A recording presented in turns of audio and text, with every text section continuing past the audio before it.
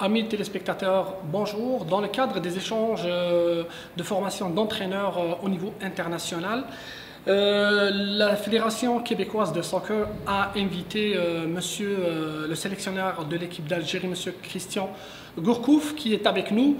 Bonjour monsieur Gourcuff, bienvenue au Québec. On a profité de l'occasion que vous êtes là pour vous poser quelques questions concernant cette conférence et puis la sélection algérienne, bien sûr. On va commencer avec cette formation.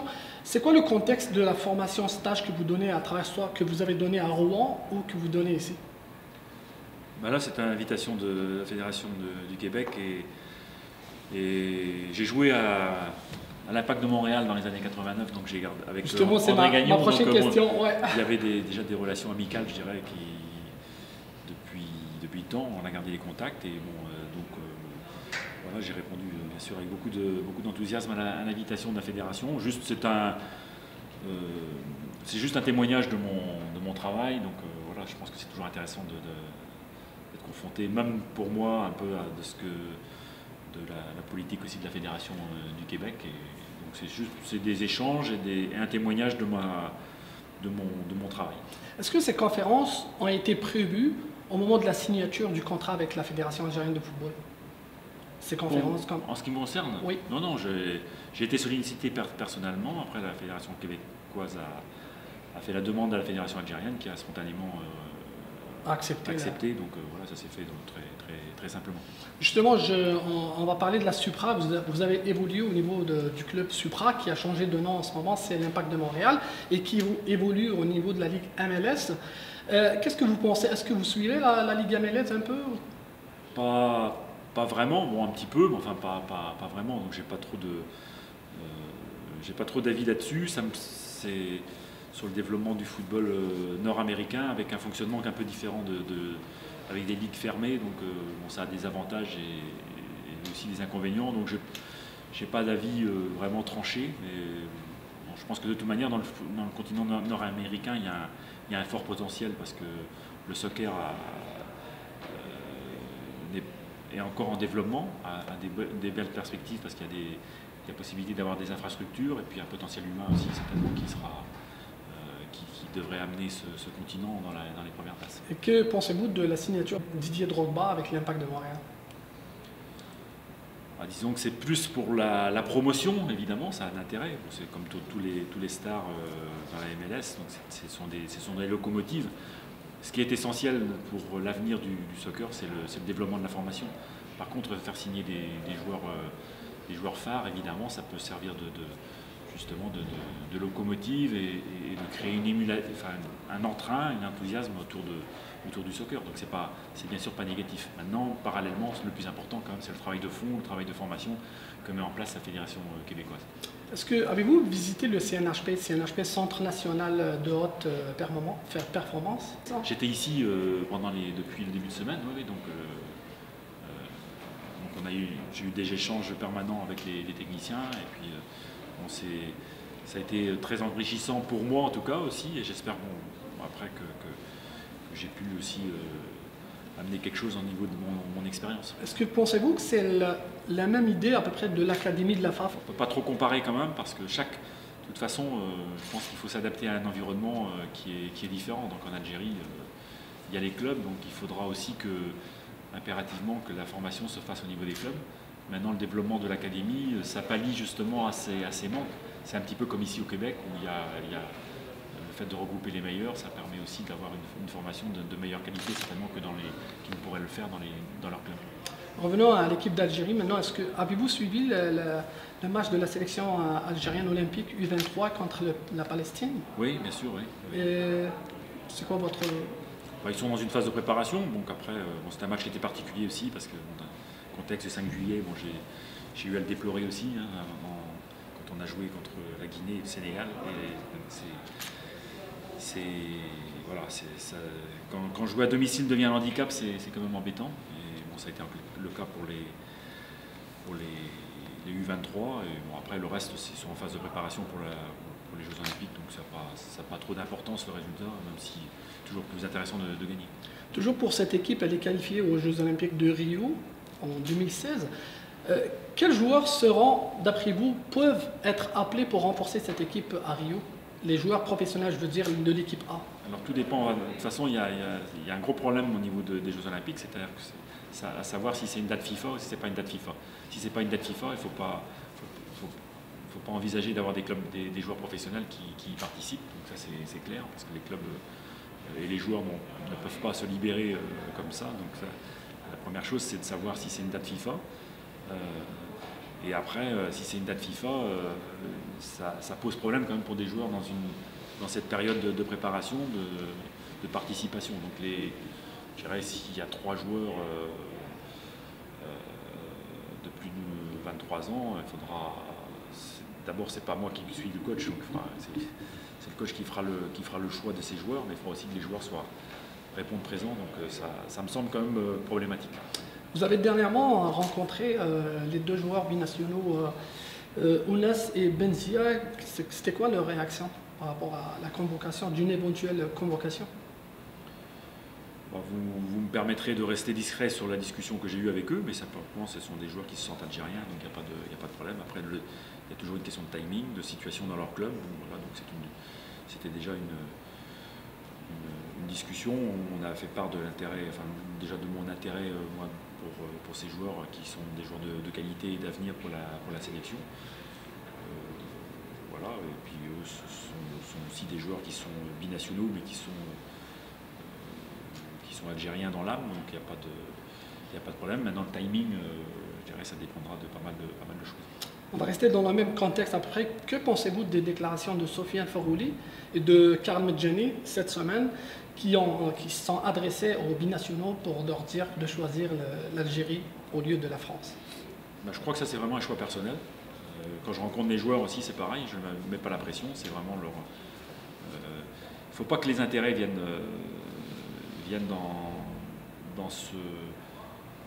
le choix. Donc c'est vraiment quand on choisit de jouer pour son pays, ça doit être un choix du cœur, et donc voilà, spontané aussi. Donc maintenant c'est vraiment un choix personnel. Donc, je pense que Sofiane s'est exprimé lui par rapport au choix qu'il a fait, ce qui est tout à fait respectable. Maintenant chaque joueur a le droit d'avoir, en fonction de son ressenti, de son vécu, le choix de faire le choix de son âme et conscience.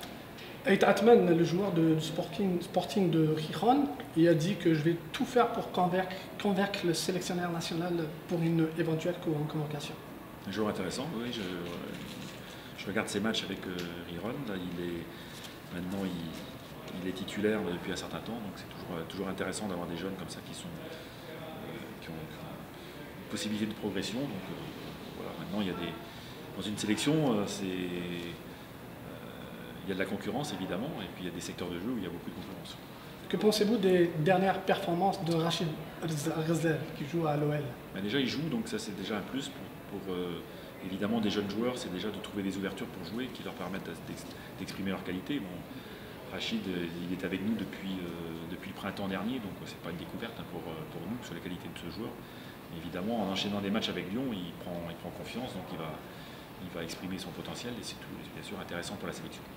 Pour le dernier stage avec les joueurs locaux en Algérie, est-ce qu'on peut espérer voir dans la liste des 25 pour les 2 matchs de l'Éthiopie, à part Ziti bien sûr et Belbouda, est-ce qu'on peut voir d'autres noms dans cette liste? Dans une sélection, on prend les meilleurs. Donc le problème, c'est la concurrence qu'il y a.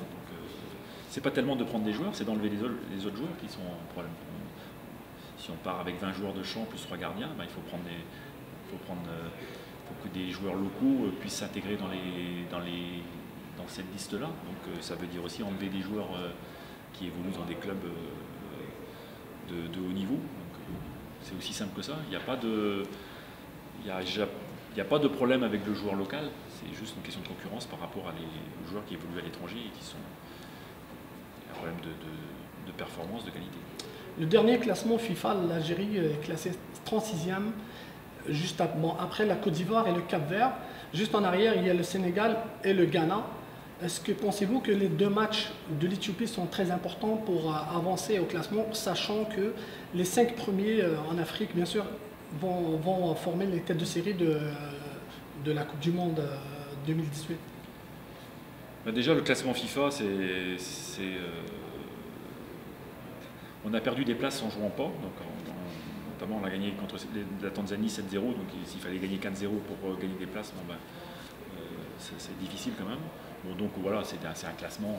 On sait très bien que c'est un calcul très théorique et qui ne correspond pas à grand chose. Mais effectivement, pour des raisons de tirage, il vaut mieux être à la meilleure place. Donc, les matchs de l'Éthiopie déjà ont une importance capitale pour la qualification pour la CAN. Donc on va le préparer avec on commence déjà à le préparer avec beaucoup de sérieux. Et puis déjà pour cette raison-là, avoir envie de gagner. Maintenant, effectivement, ce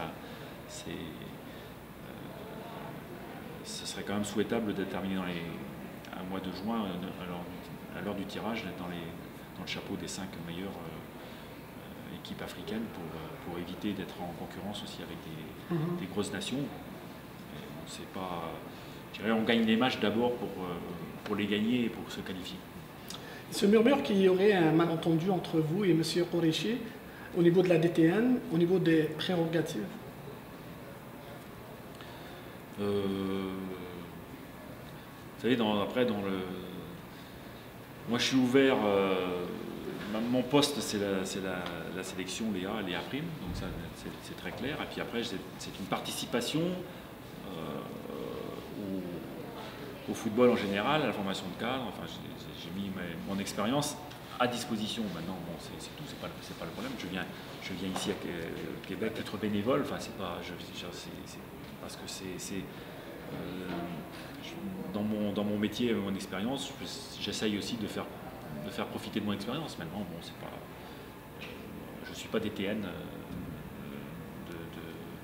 niveau de la fédération algérienne, donc il n'y a aucun problème. C'est en fonction de ce qu'on me demande, de ce qu'on peut me solliciter. Mais ça fait 2 ans déjà que je suis en Algérie quand même. Donc après, j'ai vu un peu le contexte. J'ai maintenant certainement une meilleure vision sur l'ensemble du football algérien que je pouvais l'avoir en arrivant.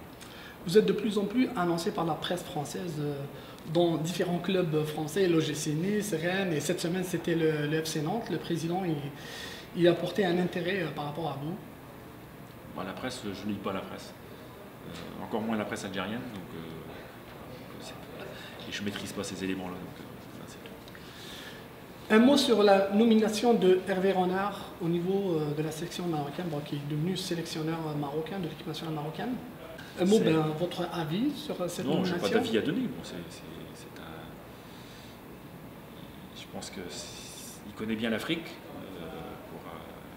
Donc il va retrouver un contexte de sélection qui lui va peut-être mieux qu'en club, en tout cas en France. Mais après, il a eu une expérience un peu difficile avec Lille. Ce sont des choix, ce sont des opportunités. Il n'y a pas de problème. Le Maroc, c'est une nation aussi qui évidemment a déjà des infrastructures qui sont pour l'Afrique intéressantes et un potentiel intéressant évidemment pour jouer un rôle dans le football africain. Merci beaucoup. On vous souhaite une bonne chance avec l'équipe d'Algérie et bien sûr bon séjour au Québec. Merci beaucoup. Au revoir. Et voilà, à vous.